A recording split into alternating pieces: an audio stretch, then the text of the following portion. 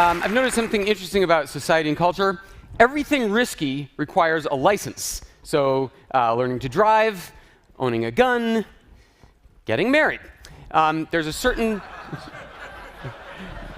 That's true in everything risky except technology.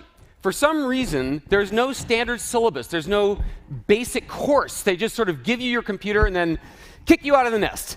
You're supposed to learn this stuff how? Just by osmosis. Nobody ever sits down and tells you this is how it works. So today, I'm going to tell you 10 things that you thought everybody knew, but it turns out they don't. All right, first of all, on the web, when you're on the web and you want to scroll down, don't pick up the mouse and use the scroll bar. That's a terrible waste of time. Do that only if you're paid by the hour. Instead, hit the space bar. The space bar scrolls down one page. Hold down the shift key to scroll back up again.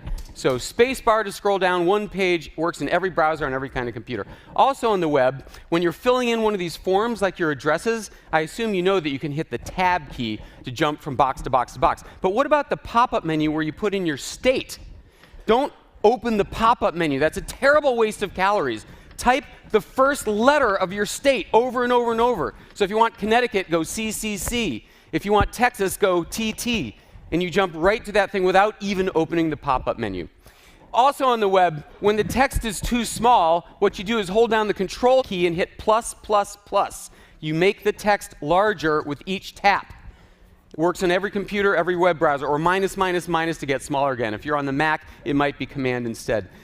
When you're typing on your BlackBerry, Android, iPhone, don't bother switching layouts to the punctuation layout to hit the period and then a space and then try to capitalize the next letter. Just hit the space bar twice. The phone puts the period, the space, and the capital for you. Go space, space. It is totally amazing.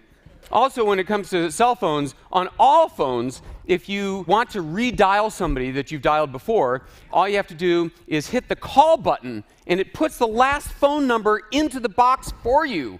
And at that point, you can hit call again to actually dial it. So you don't need to go into the recent calls list. So if you're trying to get through to somebody, just hit the call button again. Here's something that drives me crazy. When I call you and leave a message on your voicemail, I hear you saying, leave a message, and then I get these 15 seconds of frickin' instructions like we haven't had answering machines for 45 years. I'm not bitter. So it turns out there's a keyboard shortcut that lets you jump directly to the beep like this. Unfortunately, the carriers didn't adopt the same keystroke. So it's different by carrier, so it devolves upon you to learn the keystroke for the person you're calling. I didn't say these were going to be perfect. Okay. So most of you think of Google as something that lets you look up a web page, but it is also a dictionary. Type the word define, and then the word you want to know. You don't even have to click anything. There's the definition as you type. It's also a complete FAA database. Type the name of the airline and the flight. It shows you where the flight is, the gate, the terminal, how long till it lands. You don't need an app for that. It's also unit and currency conversion. Again, you don't have to click one of the results. Just type it into the box, and there's your answer. While we're talking about text, when you want to highlight, this is just an example. When you want to highlight a word, please don't waste your life dragging across it with the mouse like a newbie. Double-click the word. Watch 200, I go double-click. It neatly selects just that word. Also, don't delete what you've highlighted. You can just type over it. This is in every program. Also, you can go double-click drag to highlight in one-word increments as you drag. Much more precise. Again, don't bother deleting. Just type over it. Shutter lag is the time between you're pressing the shutter button and the moment the camera actually snaps. It's extremely frustrating on any camera under $1,000.